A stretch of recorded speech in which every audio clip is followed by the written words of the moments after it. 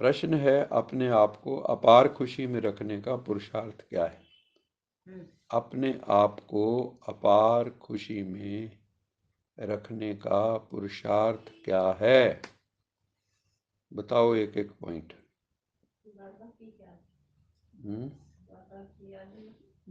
हाथी के पाँव में सबका पाँव। और बाबा की याद, ये तो है ही है। और क्या क्या है खुशी में रहने के लिए? बाबा कहते हैं जो ज्ञान सुनते हो ना तुम, जैसे रोटी खाते हो तो पहले मुंह में क्या करते हो? चबाते हो ना उसको। चबाने के बाद क्या करते हो? अंदर निकल जाते हैं। अंदर फिर वो चक्कर चलता है, एंजाइम चलेंगे, एसिड होंगे, वो उसको पचाएंगे, फिर आंतड़ियों में जाके उसका रस आंतड़ियाँ पी लेती, उसका खून बन जाता है। अगर मान लो आपने मुंह में डाला और यहाँ जाके वो पचा नहीं, वो खट्टे डकार शुरू हो गए या उल्टी जैसा लगने लगा, तो क्या उससे ताकत मिलेगी? अगर मान लो हम रोज खा रहे हैं और पचा नहीं रहे, मुरली रोज सुन रहे हैं, वो पचा नहीं रहे उसको, तो क्या होगा?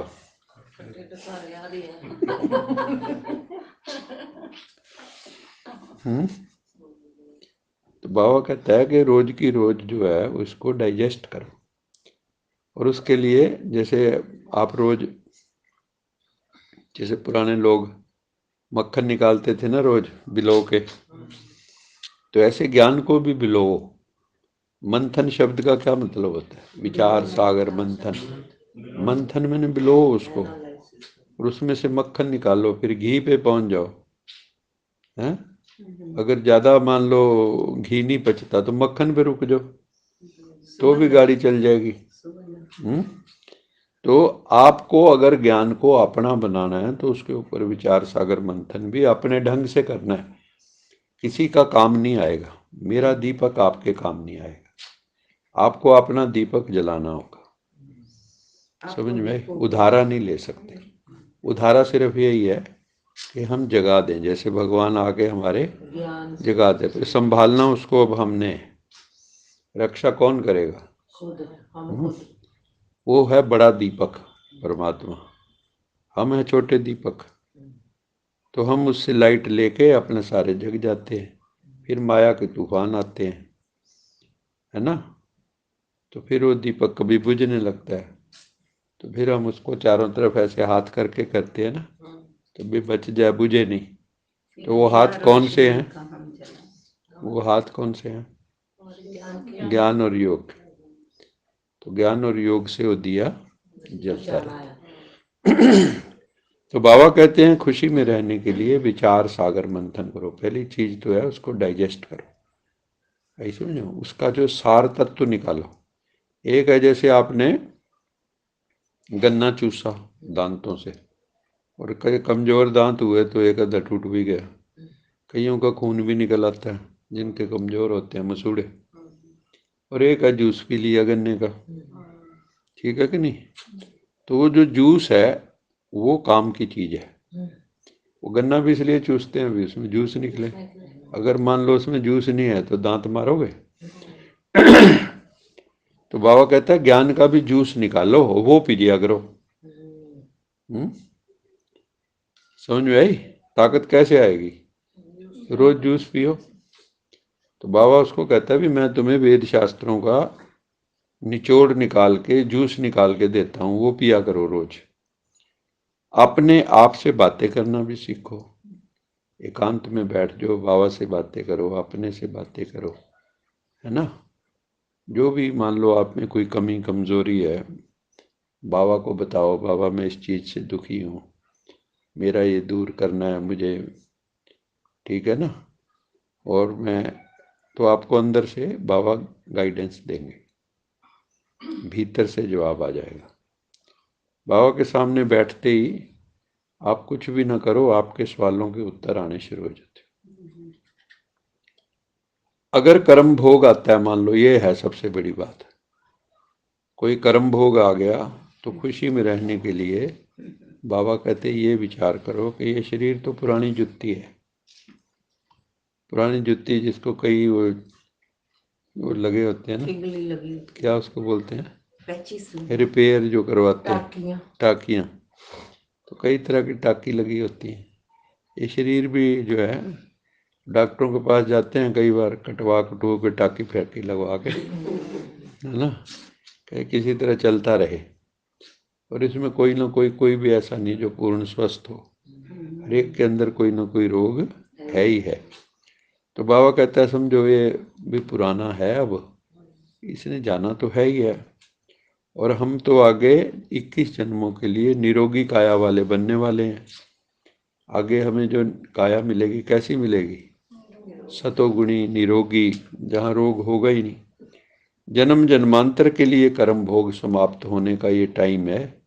वो कैसे होगा, जब आप योग युक्त होंगे, है ना, ज्ञान बांटेंगे, योग युक्त होंगे, ज्ञान की धारणा करेंगे, दूसरों की सेवा करेंगे। बाबा ने जैसे बताया भी आपस में जब भी मिलो एक दूसरे से ज्ञान की बात करो। ज्ञानी ज्ञान की बात करता है, जो अज्ञानी होते हैं वो संसार की बात करते हैं। ज्ञानी जब भी मिलेंगे आपस में ज्ञान की बात करेंगे, बरीकी की बात करेंगे, सूक्ष्म बुद्धि की बात करेंगे। वो संसारी जो होंगे, इधर की उधर की, फलाने का ब्याह हो गया, फलाने की टूट गई, उनके घर में ये चल रहा है, उनके ये, तो ये जो है कई बार हमें अध्यात्म में गहराई में नहीं जाने देता। बाकी जीवन की ये सारी परिस्थितियां तो लगी रहनी है। कोई ये सोचे कि एक दिन ऐसा आएगा जब सारी परिस्थितियां खत्म हो जाएंगी, वो दिन कभी नहीं आएगा। कोई ना कोई प्रॉब्लम तो रहनी ही है, उनके साथ जीना सीखो। और आत्मबल अगर मजबूत है आपका, अगर आपकी सोल स्ट्रांग है और विल पावर स्ट्रांग है, तो बाबा कहते हैं कि कुछ भी होता रहो, आप झेल जाओगे उसको फिर खुशी खुशी। और अगर कमज़ोर हो अंदर से, है ना, तो फिर जो है कोई भी इम्यूनिटी जिसको बोलते हैं, ऐसे स्पिरिचुअल इम्यूनिटी है, जैसे फिजिकल इम्यूनिटी है शरीर की, ऐसे आत्मा की भी इम्यूनिटी है। और ये जो हम रोज मुरली सुनते हैं, ये आत्मा की इम्यूनिटी बढ़ाने के लिए, ताकि हमें कोई कुछ बात कहे तो हमें चुभे नहीं। सबसे बड़ी बात क्या होता है, योगी की अंतिम अवस्था क्या है, योगी की अंतिम अवस्था क्या होती है, फीलिंग प्रूफ हो जाता है, किसी भी चीज का प्रभाव नहीं होता। मान लो किसी ने प्रशंसा कर दी तो फूल के कुप्पा नहीं हो जाएगा, और किसी ने निंदा कर दी तो ये नहीं पंचर हो जाए। वो मान अपमान निंदा स्तुति लाभ हानि, सारे जितने द्वंद्व हैं जिंदगी के, सुख दुख, सबसे अतीत हो जाता है, वो परे हो जाता है। उसके ऊपर किसी चीज का भी कोई प्रभाव पड़ता नहीं है। यही स्थिति लानी है बाबा ने। अंत में तुम्हारी ऐसी स्थिति वो तब होगी जब हमारे विकर्म विनाश हो जाएंगे। और विकर्म विनाश कब होंगे, जब हम योग युक्त रहेंगे, जब हम कर्म करते भी बाबा की याद में होंगे, उसको साथ रखेंगे। नहीं तो कर्म हावी हो जाएगा, आप कर्म करते हुए भगवान को भूल जाएंगे, और योग करते हुए कर्म को भूल जाएंगे।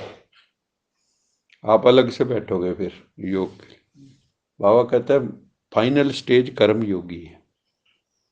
फाइनल स्टेज क्या है कि आप बड़े से बड़ा काम कर रहे हो और आपके ऊपर कोई बोझ ना हो, दिमाग हल्का हो, वो कर आ रहा है, ठीक है, मैं निमित्त मात्र हूँ। ये जिस दिन अवस्था आपको फील हो तो समझो कुछ काम थोड़ा बहुत बनना शुरू हुआ है। और जब तक चुभ रही हैं बातें, तब तक समझो मेरा अहंकार जिंदा है ना। अभी सांप की पूंजड़ पे पैर नहीं रख सकते, फिर डंक मारेगा।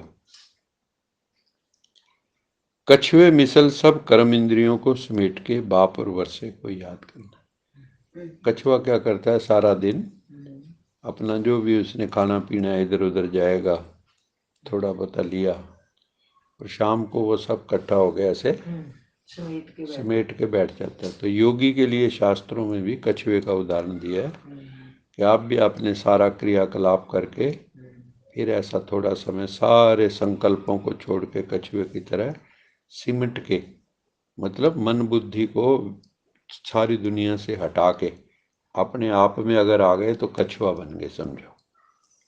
आत्मा में आ गए तो कछुआ बन गए। और फिर बाबा को याद करो। तो कछुए मिसल बाबा कहता है सब कर्म इंद्रियों को समेट के शिव बाबा को और उससे मिलने वाले स्वर्गिक वर्षे को याद करो। कर्म योगी बनना है, वही पॉइंट आ गया। कर्म योगी बहुत कठिन अवस्था होती है। योगी बनना आसान है, कर्मकांडी बनना आसान है, संसारिक कर्म करने वाला आसान है, दोनों को मिलाना मुश्किल है। कर्म करते भी भगवान की याद रहे, उसके लिए तभी हो सकता है जब आप पहले योग में स्थित होके फिर कर्म में उतरे। तो आपको एक नशा बना रहेगा। जैसे कोई आपको खुशी की खबर सुना दे आके पहले, और फिर जो है आपको कहे हमें पार्टी चाहिए आपसे, और आपका जो है लॉटरी निकली, ठीक है, और फिर जो है आप उस खुशी खुशी में आपको हाथ पैर हैं चलेंगे फटाफट। अब मैं जैसे हम छोटे होते थे तो पिक्चर आ जाते थे ना फिल्म देखने, छोटे छोटे होते थे हम। तो जिस दिन वो कहते थे भी आज फिल्म देखने जाना है, तुम्हारे पैर बड़ी तेजी से चलते थे, है ना। उतना गुरुद्वारे जाने में नहीं तेज तेज होते थे, है ना। कोई ये कह दे करनाल वालों कोई ऐसी HD सिटी में भी हेमा मालिनी आ रही है, ठीक है, या कोई भी, तो यहाँ दीवारों पे भी लोग चढ़ जाएंगे। और हम कहें भगवान आया हुआ है, उनको अपने पास रखो। आया होगा, हाँ आया होगा, आप संभाल लो, हमने जरूरत ना है। मुझे बहुत याद आती है जब 7 सेक्टर थे ना, किट्टी डाली हुई थी, तो तंबोले वाली भी थी और सत्संग वाली भी थी। तो तंबोले वाली में तो 5-10 मिनट पहले लेडीज पहुंच जाती थी। हाँ, और सत्संग में वो 4 जनी होती थी जो सत्संग करती थी बस। आरती के टाइम, प्रसाद के टाइम फिर हो जाती थी 10-15। देखा ना, तो ये दुनिया तंबोला ही है। दूसरा बाबा ने वही पॉइंट जो है सार में भी आई है कि ज्ञान रत्नों का आदान प्रदान करो और सबसे रूहानी प्यार रखो। मोह में न फंसो, मोह माया में न फंसो, सबसे रूहानी प्यार रखना है। मुझे याद दिलाना, मैं आपको गीत इसमें लगा के सुनाऊंगा।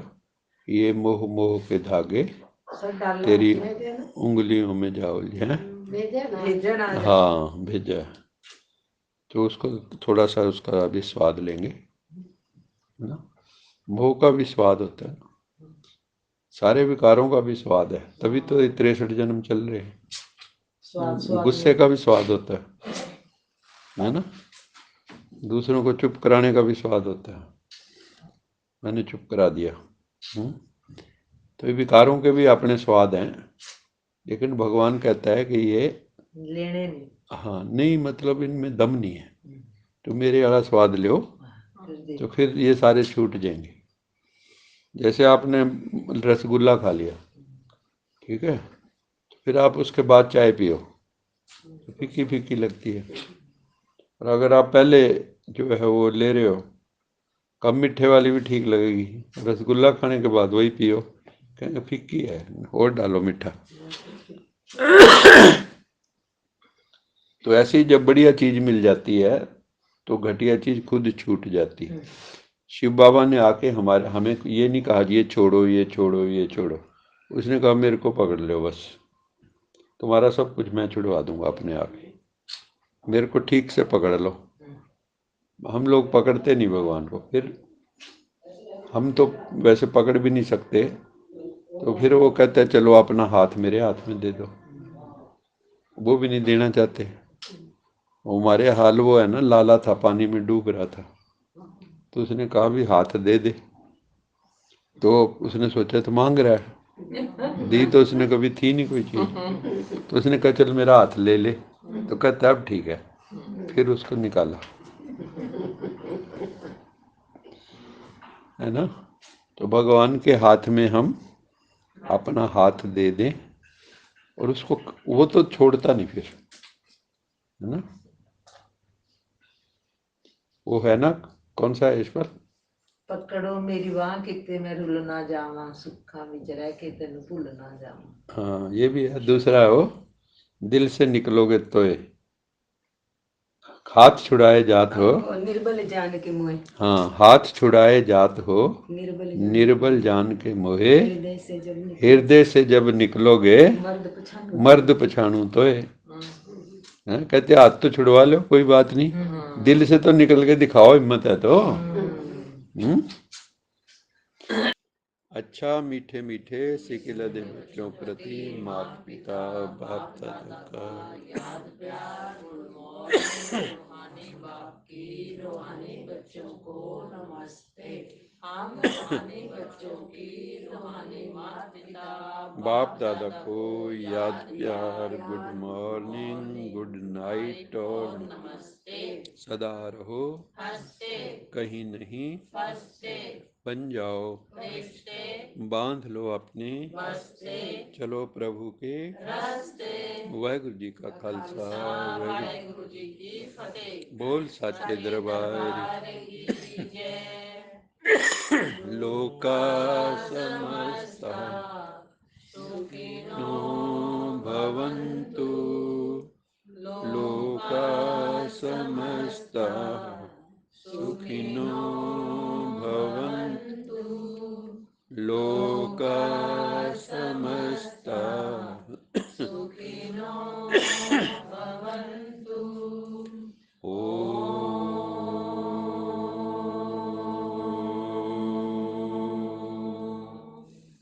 शांति